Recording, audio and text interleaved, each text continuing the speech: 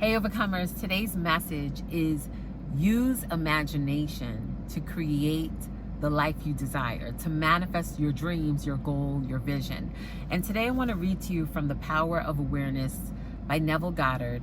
And the section I'm reading is a case story. And basically, in this story, there's a young man, he's in college, and he actually has to come back from college because his father had a business and he was working with some business partners and things kind of fell apart. So then the son had to come back home. So it says here, he returned, his heart filled with one great resolution. He was determined that he would become outstandingly successful in business. The first thing he and his father did was to use the little money they had to start their own business. They rented a small store on a side street not far from the large business of which the father had been one of the principal owners. There they started a business bent upon real service to the community. It was shortly thereafter that the son, with instinctive awareness that it was bound to work, deliberately used imagination to attain an almost fantastic objective. Every day, on the way to and from work, he passed the building of his father's former business, the biggest business of its kind in the country. It was one of the largest buildings with the most prominent location in the heart of the city. On the outside of the building was a huge sign on which the name of the firm was painted in large, bold letters. Day after day, as he passed by, a great dream took shape in the son's mind. He thought of how wonderful it would be if it was his family that had this great building, his family that owned and operated this great business. One day, as he stood gazing at the building in his imagination, he saw a completely different name on the huge sign across the entrance. Now the large letters spelled out his family name. In these case histories, actual names are not used for the sake of clarity. In this story, we will use hypothetical names and assume that the son's family's name was Lordard. Where the sign read F.N. Moth and Company, in imagination, he actually saw the name, letter by letter, N. Lordard and Sons. He remained looking at the sign with his eyes wide open, imagining that it read N. Lordard and Sons. Twice a day, week after week, month after month, for 2 years, he saw his family name over the front of that building.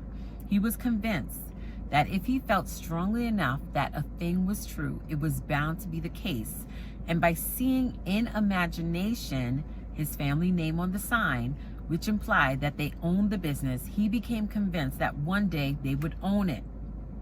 During this period, he told only one person what he was doing. He confided in his mother, who with loving concern tried to discourage him in order to protect him from what might be a great disappointment. Despite this, he persisted day after day. 2 years later, the large company failed, and the coveted building was up for sale. On the day of the sale, he seemed no nearer ownership than he had been 2 years before when he began to apply the law of assumption. During this period, they had worked hard and their customers had implicit confidence in them. However, they had not earned anything like the amount of money required for the purchase of the property, nor did they have any source from which they could borrow the necessary capital. Making even more remote their chance of getting it was the fact that this was regarded as the most desirable property in the city, and a number of wealthy business people were prepared to buy it. On the actual day of the sale, to their complete surprise, a man, almost a total stranger, came into their shop and offered to buy the property for them. Due to some unusual conditions involved in this transaction, the son's family could not even make a bid for the property. They thought the man was joking. However, this was not the case. The man explained that he had watched them for some time, admired their ability, believed in their integrity, and that supplying the capital for them to go into business on a large scale was an extremely sound investment for them. That very day, the property was theirs. What the son had persisted in seeing in his imagination was now a reality. The hunch of the stranger was more than justified. Today, This family owns not only the particular business referred to, but owns many of the largest industries in the country in which they live. The son, seeing his family name over the entrance of this great building, long before it was actually there, was using exactly the technique that produces results.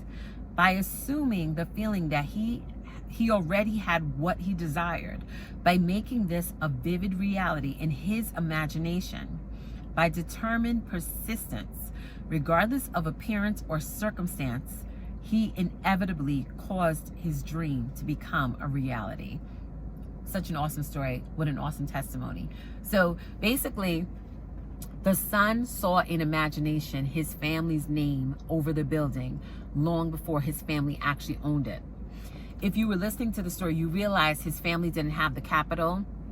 There was no way in the 3D, in the natural, of this thing coming to pass. It did not look like it was going to happen, but he persisted. There's a few awesome takeaways from this story. The first thing is imagination.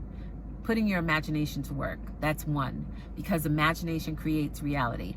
We don't know how God is going to move things about to bring you your manifestation. Neville Goddard says, if it takes one person or 100, other stories that Neville Goddard says, if it takes 100,000 or 1,000,000 people to aid in your manifestation, they will move to aid in your manifestation, to help your manifestation come to pass. The second thing is another takeaway that I got.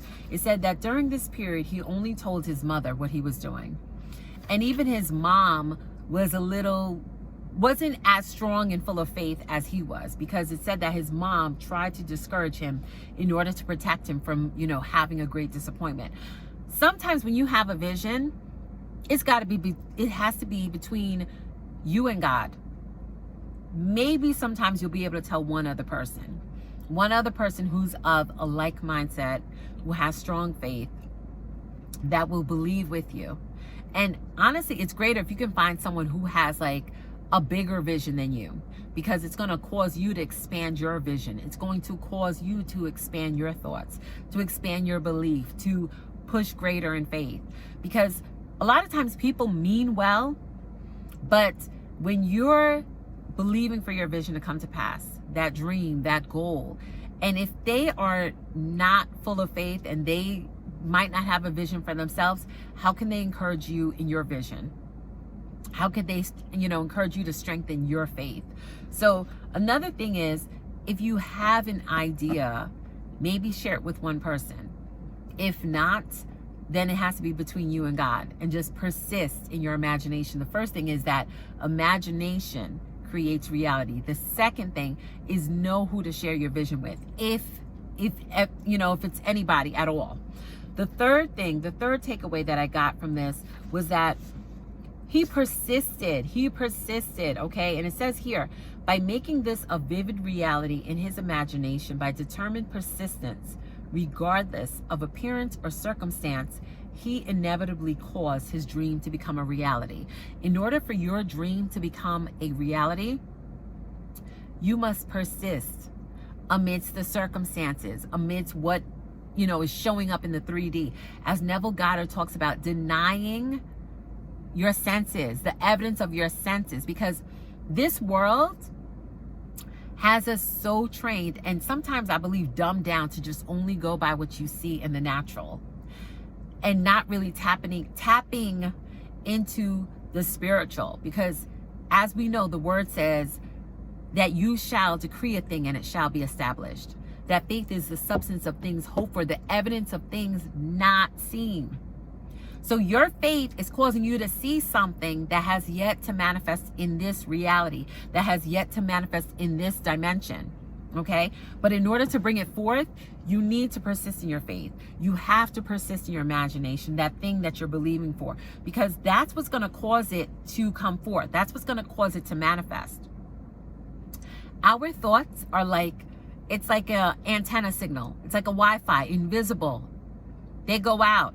So if you're constantly thinking negative, you're constantly thinking state of lack, worry, a lot of the things that this world wants to push and portray, I call it portray because sometimes it's a big stage play. I'm sorry. But anyway, if you're feeding into that programming, that's what you're going to manifest. That's what you're going to experience. You're going to experience more of that.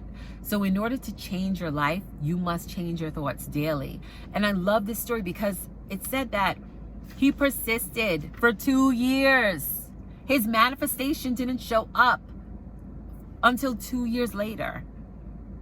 So I want to ask you or encourage you, are you going to push forward in your faith, or are you going to fold and give up? That dream, that wasn't given to you by accident. It wasn't just a coincidence that that dream popped into your mind, that, that download, God gave you that download. You received that download for a reason. But it's up to you if you're going to persist. And how you do that, you persist in your thoughts, in your imagination, in your beliefs, in your assumptions. If your beliefs and your assumptions and the things you're thinking are not aligned with what you want, then you need to change it.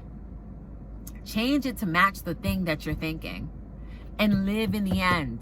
Too often we get caught up with the details. That's not our job. That's God's job. We don't have to figure out how the manifestation is going to come. When is it going to come? Is it going to come? Our job is to just believe. You've already seen it in your mind. It's going to manifest in your world. It's only a matter of time. But that's the factor that we don't control. And I know it can be frustrating at times. We don't control when it's going to show up. But our job is to just persist. And like it says here, regardless of appearance or circumstance, persist so that it can become a reality. So I hope this encouraged you today. I hope it blessed you today. If you like this message, please like it, share, comment, and subscribe. Always be an overcomer.